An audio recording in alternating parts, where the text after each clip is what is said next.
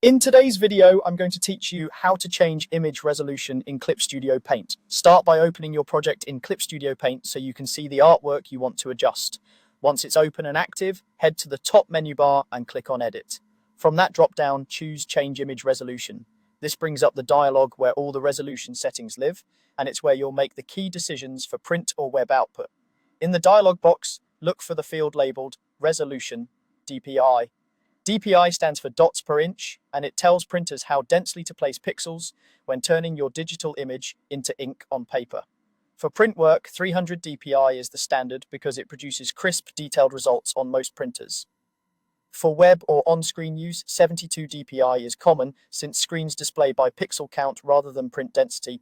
Remember, changing DPI without changing pixel dimensions won't alter how the image looks on your monitor. It mainly affects how large it will print.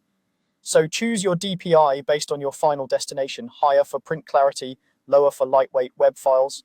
Next, decide whether to keep the physical dimensions the same or resample the image. If you keep the size, only the resolution number changes while the total pixel dimensions stay exactly the same.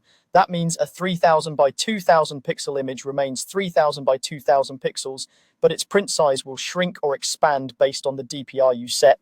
This option is great when you want to prepare the file for print sizing without touching actual pixel data.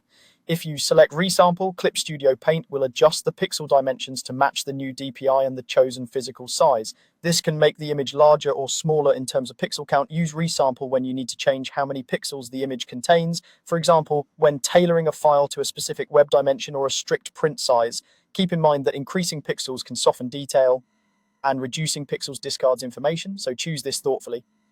Once your DPI is set and you've chosen to keep size or resample, click OK to apply the changes.